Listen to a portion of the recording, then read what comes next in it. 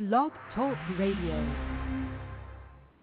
Hello everyone, this is Lori Smith on Blog Talk Radio, and it's January 17th, 7 o'clock in the morning, and I'm happy to be here. We'll be on for half an hour this morning, and I'm just happy to be here. I've got some great information and that I just want to share with you, and I thought today I would actually spend the next, today and the next 3 or 4 Sundays at the same time, 7 a.m., talking about drug abuse and addiction, because drug abuse and addiction is such a huge problem. And if you've ever experienced it yourself, you know what a problem is in your life, and just the damage that it does, and how hard it is to get off of drugs. And if you're talking, this is child abuse prevention and human rights abuse prevention is up to us. But I am a recovered drug user, so I am clean and free from drugs. The only thing that I do is smoke cigarettes, and that I actually did quit for 14 months and then got back on them just recently due to stress. So I'm working on getting back off of the cigarettes. So I actually have detailed information in a blog that I wrote. It's called Not So Fond Memories, Growing Up in an Abusive Home, and I actually detailed a lot of the issues surrounding the drug use that went on in my life, as well as in my family's life. And so, the pain and the suffering that it causes, and just the physical damage to your body, and the issues surrounding drug abuse and addiction are so huge, and we could spend our lifetimes talking about it. And that's why I thought, well, devoting 3 or 4 shows just doesn't kind of cut it, but we'll at least be able to touch on the main subject and the main issues that surround drug abuse and addiction, and look at some ways to get help for people who are suffering with this. And the biggest thing you can do, I think, if you are using drugs and you're addicted to drugs, is to hang in there, first of all, and also to realize that it's going to take some serious choices in your life. You're going to have to, nobody wants to do it, but you have to sit down and you have to be so completely honest with yourself, first of all, and you have to be completely honest with everyone around you. If you really want to kick that habit and you really want to kick that drug abuse, then you have to be honest and completely willing to make the changes necessary, because it's hard. And I know it damaged and ravaged my family, and really for many years damaged myself. And it's something that is just so people think, oh, there's just no way, I'll never be able to change this. But you can. There are so many people that have, thank God. And so I thought we'd just spend the next few weeks talking about it, because it is such a huge issue, and it is very directly related a lot to child abuse and human rights abuses are due to drug related issues. And so it does fit in and tie in to the whole thing. And I'm living proof. So I do have a guest call-in number. This is blogtalkradio.com internet live streaming radio show, and you can call in on the show if you'd like to add if you have a reference, or you have a website that you think is very helpful for people who are suffering with drug addiction or alcohol addiction, right? Just anything like that. And if you have some a good resource or anything like that, you can phone in and let us know. You can contact me if you want on blogtalkradio.com, and you can sit in the chat room. I do have some stuff typed up in there, and the references that I'm actually going to read from today. And also next Sunday I'll be a little bit better prepared, and I'll have a lot more information typed up in the chat room, references and stuff that I see, research and references that I see out there. So I really hope you can tune into this, and that you can get something out of it. I know that I will, because it's some good material. And my guest call-in number 917-889-3736. So yeah, you're more than welcome to phone in if you have something you'd like to add, or just to tell your story. And I'd really, just hope that you can sit back and relax and enjoy the radio show. And I found some information actually on helpguide.org. I use their website quite a bit because the material is very easy to understand, and also it's very detailed and set up kind of so that it makes sense, and it's just good material. I really like it. And their website, you can find it at www.helpguide.org.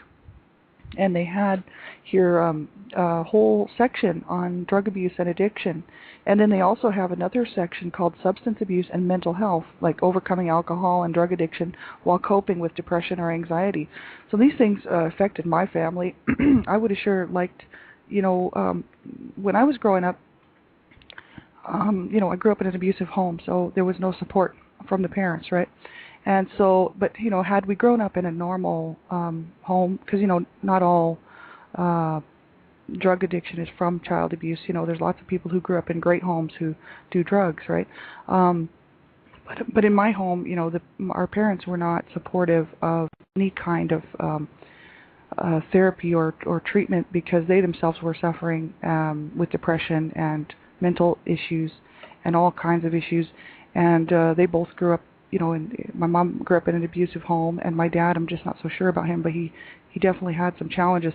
And so there was no support to get help. And my brothers, sadly, two of my brothers were addicted to drugs, and one of my brothers was addicted to prescription pills, and he years and years later, he used to overdose all the time, but years and years later, when he was in his 40s, he's 43, he actually died from a drug overdose in a shelter here in Calgary. And my other brother committed suicide when he was 33 due to a cocaine addiction that was just so bad, and he was already suicidal, so that just made it worse. So, I know firsthand what drugs can do to people. I know firsthand what the violence involved around drugs and surrounding the issue.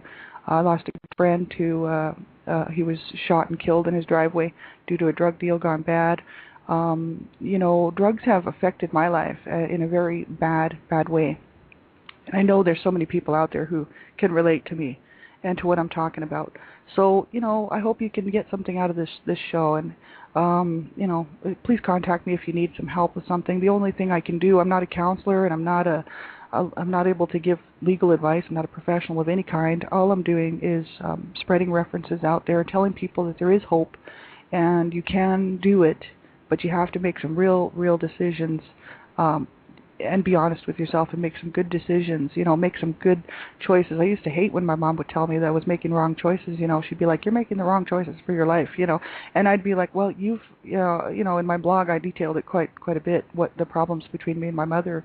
And I didn't want to hear what she had to say because she was so highly abusive towards me that even when she said that, I'd just be like, "Well, you're the one that messed me up in the first place, and that's why I'm doing drugs. So now I'm not listening to you." But all I can say is that I do care very much about people, and as much as I would like to be a resource for every single person on the planet, because I love people, the only thing I can do is just be a shoulder and an ear and help you find information. So if you need help getting information, please let me know, because I can do that. We'll start right away. I want to get right into it. This is helpguide.org. And this is an article, Drug Abuse and Addiction, Signs, Symptoms, and Help for Drug Problems. I thought we'd just start right at the beginning because it's so important for people to recognize the signs and symptoms and help for drug problems, especially if you have children and you think they might be using drugs and you care about them and you really want to make sure that your children are not doing drugs. And there's ways to handle it with kids to so that you don't escalate the problem. Right? There's lots of good information out there on how to handle drug use with your children and teenagers, and there's all kinds of tips for parenting tips on this. And on this website, there's lots of great information for parents who have children who are dealing with this. So I would highly recommend this website to anyone. And so, drug abuse and addiction: signs, symptoms, and help for drug problems. It says, you might be wondering why on earth your loved one seems to be choosing drugs over family. You might be struggling with finances, or even from the painful realization your loved one is in trouble with the law. Or you might be asking yourself why you are taking drugs again, when you swore just a few hours ago that you needed to cut down. Drug abuse is not a matter of moral weakness or faulty willpower. It is a vicious cycle that actually causes changes in the brain, leading to stronger and stronger impulses to use the drug, right? Without help, drug abuse destroys families and takes lives. But there is hope. Find out how to recognize the signs and symptoms of drug abuse or addiction in someone you care about or yourself. With the right support and treatment, the road to recovery is possible.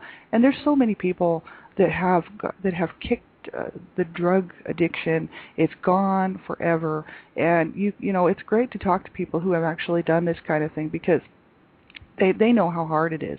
You know, and like even for myself, I didn't get proper treatment, but what I did was I made some really clear choices about how I wanted to spend the rest of my life.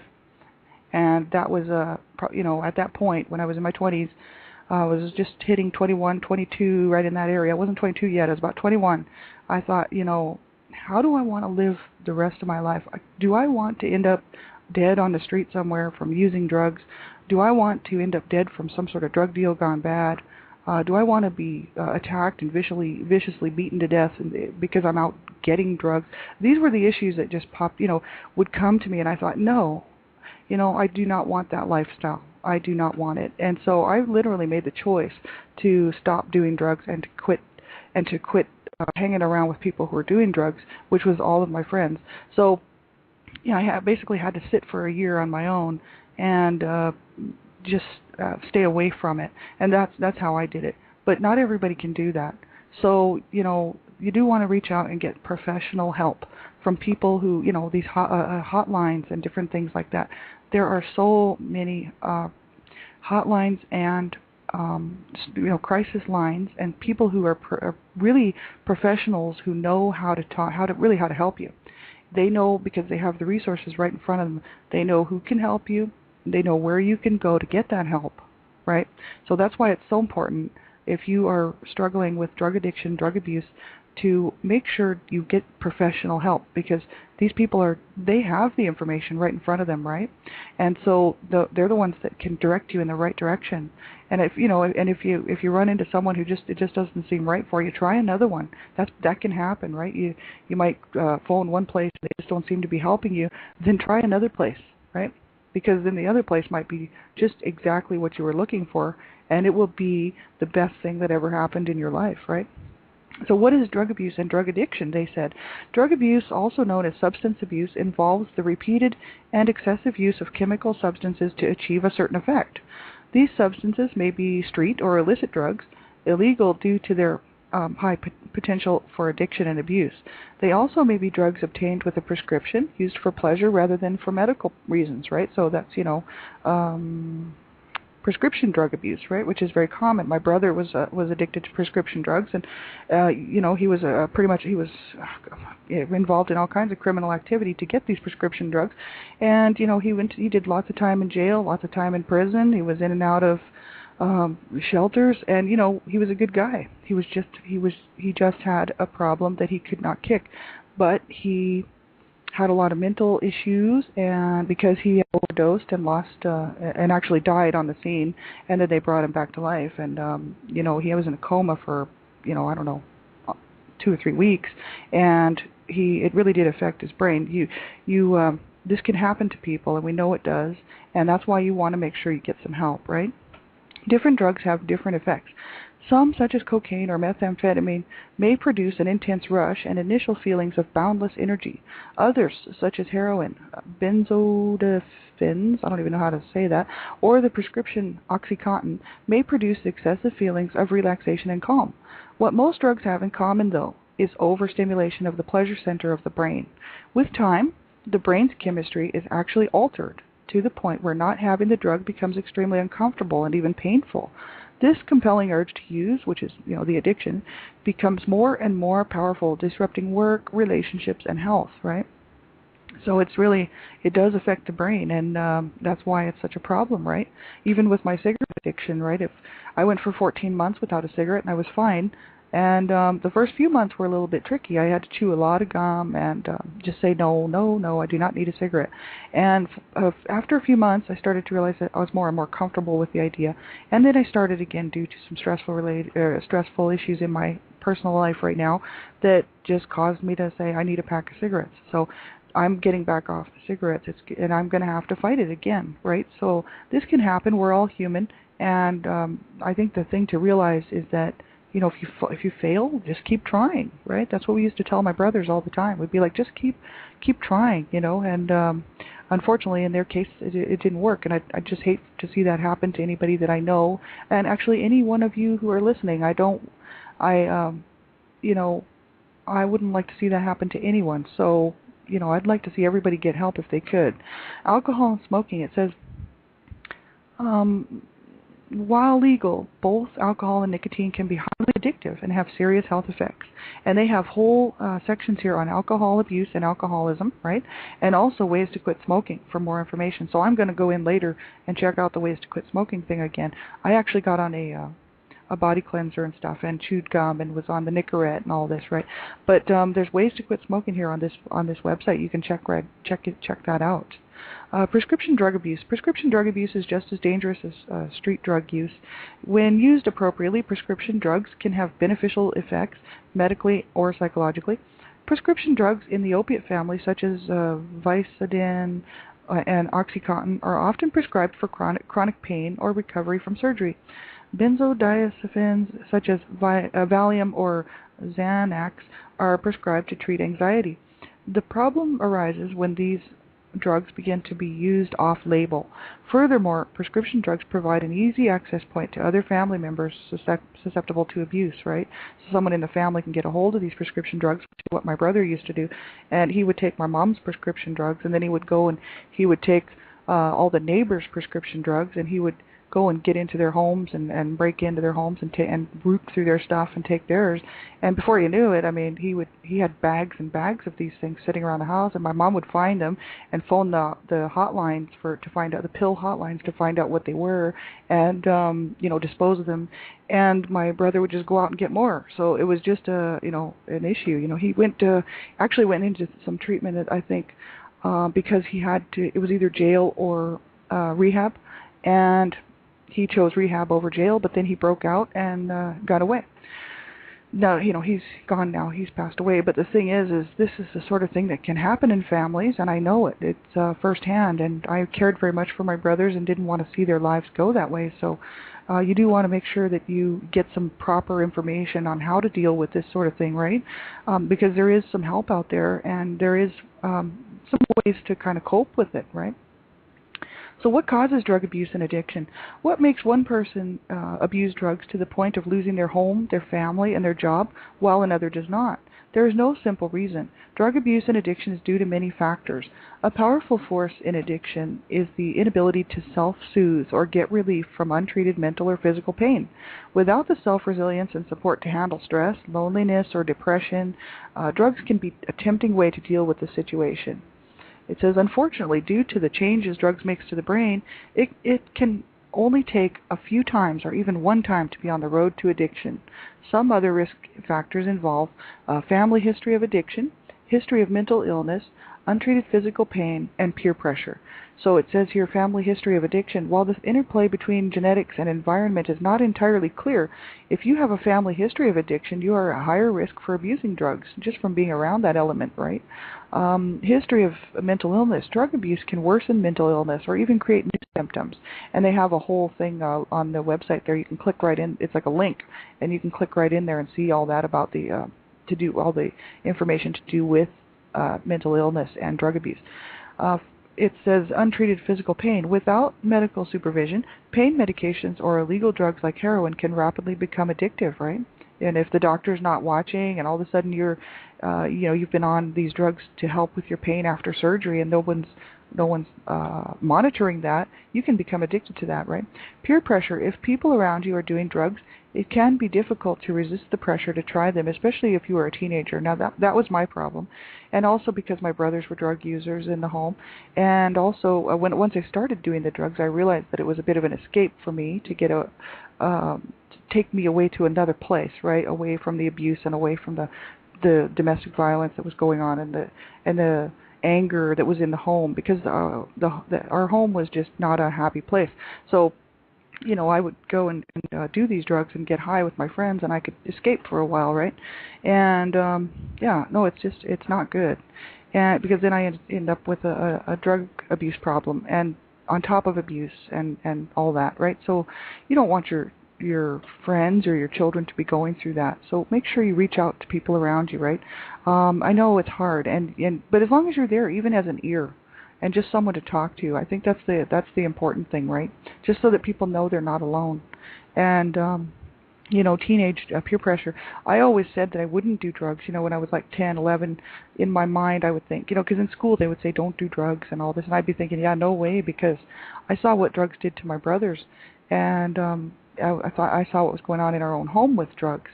And then when I hit 12 years old, I was hanging around with some friends who were just doing uh smoking marijuana and stuff like that, and they would actually offer it to me, and I was like, the first few times I turned it down, and then after a while I think I had probably had a fight with my mom or something, or she had beaten me up or something, and I thought, screw that, I'm going to do it.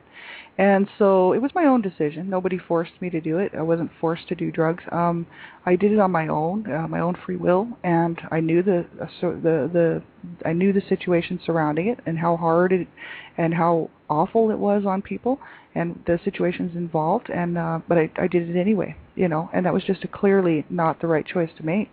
But at the age of 12, growing up in a home like I did, no one was making good choices at the time, and actually no one in my family was capable of making very many good decisions within the home. There was a couple of my siblings who were already moved out of the home because they were older.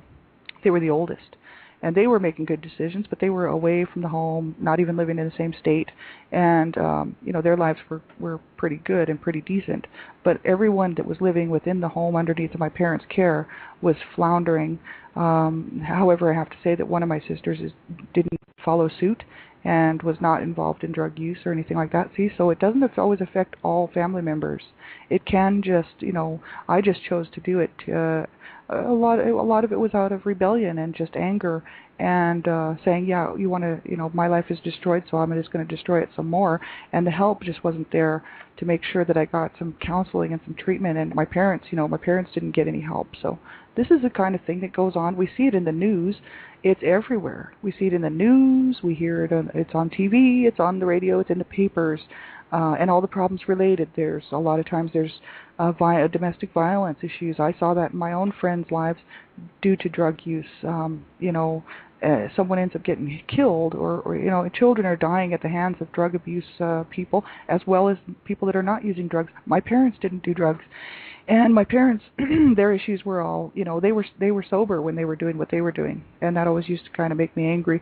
But I actually grew up with friends who had alcoholic parents, and they had real issues and real problems, and the parents had problems, and so it's a bit of a plague on society, and it's not to put people down or say well, look at all those people, look what they're doing. People have problems, and that's why we just need to make sure we reach out, right? And if you're having a great life, well, that's wonderful, but make sure you do look around you, and if someone's floundering, and really having a tough time, just as long as you're just an ear for them, and you can just say, look, I'm here. If I can, I can't do much for you, but at least I can listen to you, and try to help you with finding some information or finding something that can just help you to get back on the road to a recovery and to have a good life. That's the whole issue, right? We want to have a good life, and that's what I wish for everyone, right? It would be just wonderful if we could all have a good life, but I think that we have to keep trying, and that's the whole issue, right? Signs and symptoms of drug abuse and addiction. We have just a few minutes left here. How can I tell if I or a loved one has a drug abuse or addiction problem? Although different drugs may have different effects on overall physical and mental health, the basic pattern is the same. Getting and using the drug becomes more and more important than anything else, including job, friends, and family. The physical and emotional consequences of drug abuse and addiction also make it difficult to function, often impairing judgment to a dangerous level. That's just it right there. When that's all you're doing is running around searching for the drug and then doing the drug, you have a problem. It's a serious problem. Physical signs of abuse and addiction. Drug abuse affects the brain and body directly. While high, the drug affects the entire body, from blood pressure to heart rate. Stimulants like cocaine and methamphetamine amp up the body, increase blood pressure, metabolism, and reducing the ability to sleep. Drugs like opiates and barbiturates slow down the body, reducing blood pressure, breathing, and alertness, sometimes to dangerous levels. And some physical signs of abuse and addiction include cycles of increased energy, restlessness, and inability to sleep, often seen in stimulants, abnormally slow movements, speech or reaction time, confusion and disorientation, often seen in opiates, benzodiazepines, benzodiazepines, and barbiturates. Some of those I just cannot pronounce. Sudden weight loss or weight gain, cycles of excessive sleep, unexpected changes in clothing, such as constantly wearing long-sleeve shirts to hide scarring at injection sites, and suspected drug paraphernalia, such as unexplained pipes, roach clips, or syringes. For snorted drugs, chronic troubles with sinusitis or nosebleeds. And for spoke drugs, a persistent cough or bronchitis leading to coughing up excessive mucus or blood, right? Progressive severe dental problems, especially with that methamphetamine. So these are some of the signs that you can look for to see, if the abuse, the drug addiction and abuse that's going on in someone. And if you see that stuff, then it's not always related, but I'm just saying it's just that it gives you a guide kind of to go by, like what to look for. And tolerance and withdrawal. Most abused drugs are not only mentally addictive, but physically addictive as well. Tolerance is built up to the drug. More and more of the drug is needed to achieve the desired effect. As the body physically adjusts to the drug, trying to cut down or stop is unpleasant or even painful. These withdrawal symptoms, depending on the drug, can include shakes, chills, severe aches and pains, difficulty sleeping, agitation, depression, and even hallucinations and psychosis. Avoiding withdrawal adds to the urgency of keeping up drug abuse and increases drug dependence. And I know that even with the cigarette addiction, it's hard, right? It says for a list of specific withdrawal signs for drugs, you can go to this link here, Treatment for Drug Abuse and Addiction. So they have some good information here, and I would highly suggest this website for anyone who's looking for information, or Al-Anon, or Nar-Anon, Al-Anon, Alcoholics Anonymous, or Nar-Anon, that's Narcotics Anonymous, and then Co-Anon, Cocaine Anonymous, right? And they have some great information too. I'm actually going to have lots more information for next Sunday. And, if I can help you find anything today, please get a hold of me on blogtalkradio.com or Facebook or something. And, let me know if I can help you find some information, right? Because that's what I'm here to do. I'd like to be a bit of a resource for information for people, because I know, if you're searching, then you're doing the right thing. And if you're even listening to this program right now, and you're on drugs and you can't seem to get off of them, you're doing the right thing. Because anytime you're reaching out, I think anyone who's reaching out to try to change their life for the better is doing the right thing. So you just keep making those choices to keep reaching out, and you just keep looking for the answer, right? Because something will come along that will just be the answer for you, and it won't happen if you're not looking for it. If you're just sitting back waiting for it to drop into your lap, it's definitely not going to probably happen. Well, chances, I don't know what the odds of that would be, right? But you do want to keep reaching out, because you can live drug-free. And, I've lived drug-free for many years now, and I'm happy to be drug-free. And my only problem now is cigarettes, and I have to work on that, just like everyone else who has an alcohol addiction or anything like that. I have to work on kicking that, because I didn't want to be a smoker for the rest of my life. So that's why I wanted to quit. So I encourage you to just keep going. That's what I'm doing. I fell off the wagon there, but you know what? I'm just going to get right back on it. That's the whole key. But it has to come from inside of you, and you have to be completely honest with yourself, because it's so easy to not be honest with yourself and just say, oh yes, I will, I'll get help, and then, not get help. So that's the whole thing, right? So important. And this website has great information on how to go about getting help and stuff. So I would highly recommend you go on there, www.helpguide.org, and they have everything on there to do with, understanding what's involved in recovery, finding support, keeping your family safe. And we're going to continue this next Sunday. Same time, same place, 7 o'clock a.m. And just keep looking for the help. And I'll be back on throughout the week. You can check my schedule, and just make sure that you do make the right decisions for yourself, and that's to stay alive, first of all, and that's to get help. So that's my main thing, right? You want to have a good life. Everyone deserves it. And if you weren't given, if you were abused as a child and you weren't given that opportunity as a child, well, as an adult, you can change that. You can actually say, I want to have a good life, and you can do it. And so I'm just saying, hang in there, and really just stay with it. It's so important, and you do deserve it. We all do. And so that's my thing. And thank you for joining and tuning in, and I hope you have a great day.